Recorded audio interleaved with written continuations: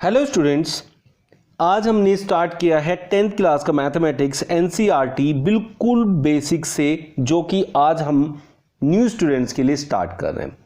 ये आज से स्टार्ट होके अब कॉन्टिन्यूसली चलेगा। डेली आपको इसकी वीडियोस मिलेगी और उसमें आपको स्टार्टिंग से लास्ट तक हर एक question with important related to board और उससे अलग क्या क्या पढ़ना है, इस बैच में सब कुछ आपको बताया जाएगा। हम आपके लिए मैथमेटिक्स, एसएसटी एंड साइंस की पूरा वीडियो लेकर आएंगे back to back with continuous chapters, topics and related questions, experiment based questions, NCERT solution, activities, सब कुछ रहेगा उसमें। केस स्टडी भी रहेगा। Everything we are going to discuss with you. Boards के लिए हम आपको प्रिपेयर करेंगे और फिर उसके बाद उसी में एक रिवीजन बैच चलाएंगे जिसमें डेली आपको क्वेश्चंस की प्रैक्टिस कराएंगे। आज का ये वीडियो स्टार्ट करते हैं अपना फर्स्ट चैप्टर से। मैथमेटिक्स की ये वीडियो है जिससे हमने स्टार्ट किया है अपना ये सेशन। चलिए स्टार्ट करते हैं। फर्स्ट क्वेश्चन देखते हैं, मींस उसको हम किससे रिलेट करेंगे। तो आज का ये टॉपिक है ना, वो हमारा बेसिक्स है आपका रैशनल नंबर्स का, जो फर्स्ट चैप्टर है मैथमेटिक्स क्लास 10th का। First chapter is real numbers. तो पहली चीज, रियल नंबर्स होते क्या हैं, वो कहां से आते हैं, कैसे बनते हैं, उनके अंदर कौन कौन होता है। Real numbers contains rational number and irrational numbers. जो हमारे रियल नंबर्स होते हैं, इनके साथ अगर हम इमेजिनरी नंबर को भी ऐड कर दें तो पूरा नंबर सिस्टम बन जाता है, मतलब पूरी नंबर्स तैयार हो जाते हैं। लेकिन हमने जो बात करनी है वो रियल नंबर्स की करनी है। तो इसका मतलब रियल नंबर्स में हमारे पास कौन कौन हम पढ़ने वाले हैं, वो है रैशनल एंड इरैशनल। तो इट मीन्स हम इस चैप्टर में रैशनल और इरैशनल दोनों की बात करने वाले हैं। रैशनल नंबर्स वो होते हैं जो P अपॉन Q की फॉर्म में लिखे जाते हैं। इरैशनल वो होते हैं जो P अपॉन Q की फॉर्म में नहीं लिखे जाते हैं।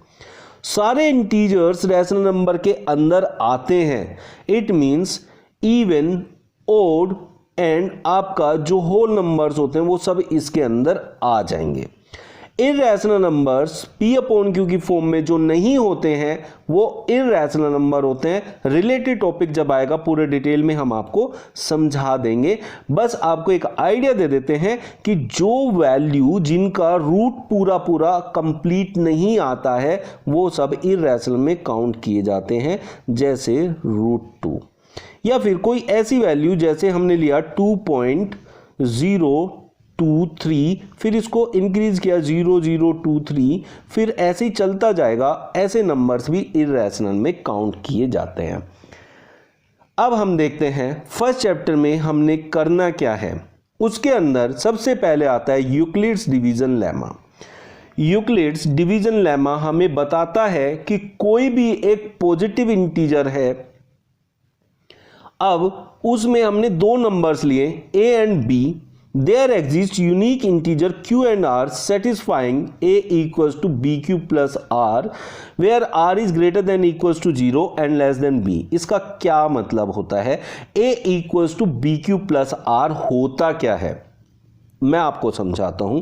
Let us take one number कि 7 को मैं 2 से डिवाइड करने वाला हूं, तो 2 3 जा 6 और यहां 1 मेरा रिमाइंडर बच जाएगा। ये जो नंबर है, इस नंबर को मैं कैसे लिख सकता हूं, उसी को कहते हैं यूक्लिड्स डिवीजन लेमा। तो 7 है क्या एक्चुअली में? 7 इज 2 इंटू 3 प्लस 1। 2 3 जा 6 प्लस 1 ही तो 7 होता है।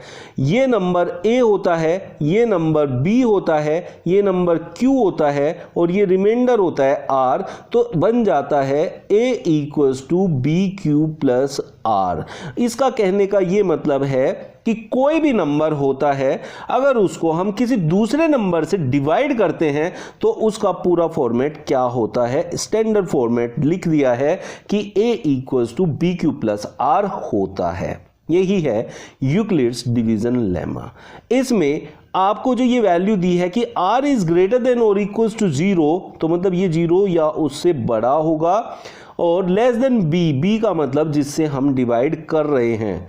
भाई अगर इससे बड़ी ये वैल्यू हो जाएगी तो फिर से डिवाइड हो जाएगी ना उससे, तो इससे बड़ी ये कभी हो नहीं सकती, इसलिए उसने कहा है कि ये लेस देन रखना है। इक्वल भी नहीं हो सकता कि रिमाइंडर अगर 2 होगा तो 2 से डिवाइड हो जाएगा, तो इसलिए हम उसको नहीं लेते हैं। तो it means r is greater than और equals to 0 and less than b. Algorithm, भाई अब हमसे बोलेगा यूक्लिड्स डिवीजन एल्गोरिथम से क्वेश्चन को सोल्व करना है। बेसिकली इस चैप्टर में हम लोगों ने HCF निकालना होता है। HCF निकालना है वैल्यूज का, और HCF लॉन्ग डिवीजन मेथड से करते थे अभी तक, उसको इस फॉर्म से करना है अब आगे। वहां हमारे पास नंबर्स जो होते थे उनका निकालना है, यहां कुछ हमारे पास कांस्टेंट या कोफिशिएंट्स भी आ जाएंगे, उनका भी निकालना पड़ेगा। तो उसके लिए एक स्टेप फॉलो करने पड़ेंगे। तो स्टेप्स को जब फॉलो करके एक सीरीज बनाते हैं उन स्टेप्स की, उसी को तो एल्गोरिथम कहा जाता है। तो an algorithm is a series of well-defined steps which gives a procedure for solving a type of problem। तो किसी भी प्रॉब्लम को सोल्व करने का जो एक तरीका होता है, उसके स्टेप्स को जब हम एक साथ बना देते हैं, उसकी सीरीज बना के तैयार कर देते हैं, उसको एल्गोरिथम कहा जाता है। बिल्कुल बेसिक से मैं सारी चीजें आप लोगों को समझा रहा हूं ताकि आपको बिल्कुल आसानी से हर एक टॉपिक क्लियरली आ जाए समझ में, फिर आप आराम से बोर्ड में फुल मार्क्स स्कोर कर सकें। अब लेमा, जो हमने यहां बोला Euclid's division lemma, what is this lemma? ये लेमा क्या होता है? एक प्रूवन स्टेटमेंट है जो पहले से प्रूव्ड है और किसी और चीज को प्रूव करने में हेल्प करता है, उसको लेमा कहते हैं। तो lemma is a proven statement used for proving another statement. Euclid's division algorithm हमें क्या कहता है? व्हाट इट इज एक्चुअली, जो मैं आपको पहले भी बता चुका हूं, it is a technique to compute the highest common factor HCF। भाई पहले तो ये समझ लो कि HCF मतलब हाईएस्ट कॉमन फैक्टर का मतलब क्या होता है। मैं आप लोगों को बताता हूं एक सिंपल सी भाषा में कि HCF होता क्या है। जैसे सपोज करो 4 और 6 है, हमने ऐसी एक वैल्यू ढूंढनी है, एक ऐसी वैल्यू निकाल के लानी है जो इन दोनों को डिवाइड कर दे और उससे बड़ी कोई भी वैल्यू ना हो जो उनको डिवाइड करे। यहां 1 से दोनों डिवाइड हो जाएंगे लेकिन वो छोटी है। 2 से अगर मैं इसे डिवाइड करने जाऊं तो 2 से दोनों डिवाइड हो जाएंगे, 2 3 जा 6, 2 2 जा 4, और 2 से बड़ी कोई वैल्यू है नहीं जो इन दोनों को डिवाइड कर दे। 4 4 से हो सकता है लेकिन 6 उससे नहीं हो पाएगा, 6 3 से हो जाएगा, या फिर हम कह सकते हैं 6 से हो जाएगा लेकिन वो 4 को नहीं कर पाएंगे डिवाइड। तो ऐसा नंबर जो दोनों को डिवाइड कर दे और उससे बड़ा कोई नंबर ना हो जो उनको डिवाइड कर पाए, कॉमन दोनों को डिवाइड ना कर पाए, उसको कहते हैं HCF। जैसे अभी हम ले लेते हैं 12 और 16। 12 और 16 को 2 डिवाइड कर सकता है, ऑब्वियसली कर सकता है। 2 से दोनों डिवाइडेड है, 3 से ये डिवाइडेड है लेकिन 3 से ये डिवाइडेड नहीं है, 4 से ये डिवाइडेड है, ये भी डिवाइडेड है, 4 3 जा 12, 4 4 जा 16। अब 4 से आगे अगर हम जाएं तो ये 6 से डिवाइडेड है लेकिन 16 6 से डिवाइडेड नहीं है, ये 8 से डिवाइडेड है, ये 8 से डिवाइडेड नहीं है। तो हम कहेंगे कि 4 इज द हाईएस्ट नंबर, सबसे बड़ा नंबर है जो इन दोनों को डिवाइड कर सकता है, जबकि उसको देखने में वो छोटा लगता है, 12 और 16 से छोटा लगता है देखने में कौन? 4। लेकिन इसको हाईएस्ट इसलिए बोला गया क्योंकि इससे बड़ा कोई नंबर नहीं है जो इन दोनों को एक साथ डिवाइड कर सके। उस HCF को ही फाइंड करने की जो टेक्निक होती है उसको यूक्लिड्स डिवीजन एल्गोरिथम बोला जाता है। इससे रिलेटेड क्वेश्चन करते हैं, समझ में आएगा इसको कैसे अप्लाई करना है, कहां अप्लाई करना है, क्या क्या लिखना है, क्वेश्चन कैसे सोल्व करते हैं। Use Euclid's division algorithm to find the HCF of 455 and 42। मतलब अब हमें एक ऐसा नंबर फाइंड आउट करना है जो इन दोनों को डिवाइड कर दे और उससे बड़ा कोई नंबर ना हो जो इन दोनों को डिवाइड कर पाए, उसके लिए आपको मैं आसान सा तरीका समझाता हूं। सबसे पहले आपको इसमें लॉन्ग डिवीजन का यूज करना है। लॉन्ग डिवीजन मेथड जो एचसीएफ के लिए पहले यूज किया जाता था उसको यहां यूज करेंगे। उसके बाद यूक्लिड्स एल्गोरिथम में कैसे लिखेंगे वो भी मैं आपको बताऊंगा। सबसे पहले 455 एंड 42, तो पहले हम क्या करते थे कि जो बड़ी वैल्यू होती थी उसको छोटी वैल्यू से डिवाइड करते थे। कर देते हैं। अब देखते थे डिवाइड करके कितनी टाइम्स जाएगा, 10 टाइम्स जाएगा, तो ये आया 420। अब हमारे पास 35 कैरी बच गया यहां। फिर जो आता था रिमाइंडर उससे उस वैल्यू को डिवाइड करते थे जो पहले हमने जिससे ओरिजिनल वैल्यू को डिवाइड किया था। तो 42 को इससे डिवाइड करेंगे, 35 बन जा 35। फिर हमारा 7 रिमाइंडर आएगा। अब इस 7 से उसको डिवाइड करेंगे जिसने पहले डिवाइड किया है। इट मींस 35 को डिवाइड करेंगे, 7 5 जा 35। और जहां जहां पूरी वैल्यू डिवाइड हो जाए, ये पूरा लास्ट में जहां 0 आ जाए, उस वैल्यू को कहते थे एचसीएफ। ये वैल्यू होती थी एचसीएफ। आपको अभी भी ऐसे ही करना है। जिसको लॉन्ग डिवीजन मेथड नहीं आता है कमेंट बॉक्स में लिख सकता है, उस पे एक अलग से वीडियो बन जाएगी तो आप लोगों से समझ पाएंगे। इसलिए नहीं बनाते हैं कि ज्यादातर बच्चों को पता होता है। अब ये जो आया इसको स्टेप बाय स्टेप लिखना यूक्लिड्स एल्गोरिथम के अकॉर्डिंग। तो आपको जब भी ऐसा क्वेश्चन दिया जाएगा तो आपको पहले उसको लॉन्ग डिवीजन से कर लेना है। लॉन्ग डिवीजन से करने के बाद आपको देखना है कि इनमें से कौन सी वैल्यू बड़ी है। तो हम लिखेंगे 455 is greater than 42, therefore dividing 455 by 42 we get 455 equals to, देखिए मैंने आपको यहां सिखाया था कि इसमें हमें 7 को कैसे लिखना है, 2 इंटू 3 प्लस 1, जिससे डिवाइड किया इंटू कोशेंट प्लस रिमाइंडर, क्योंकि ये कोशेंट होता है और ये रिमाइंडर होता है। तो इसी फॉर्म में हमें लिखना होता है, उसी को यूक्लिड डिवीजन लेमा बोला जाएगा, क्योंकि हमने थ्योरम में भी यही सीखा है।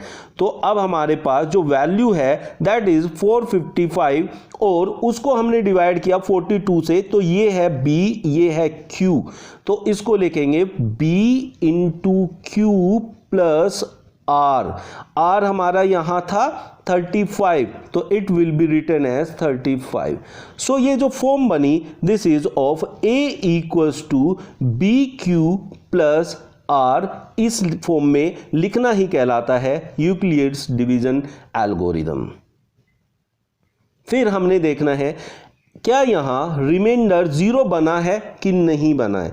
तो r not equals to 0, therefore आपको लिखना है r not equals to 0, therefore अब हम आगे देखेंगे किसको डिवाइड किया गया, 42 को। So 42 will be equals to किससे डिवाइड किया, that is b, that is 35।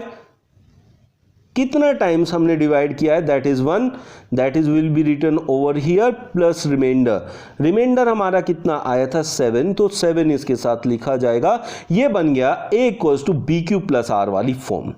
लेकिन फिर से वही चेक करेंगे कि r 0 है कि नहीं है, r नॉट इक्वल्स टू 0।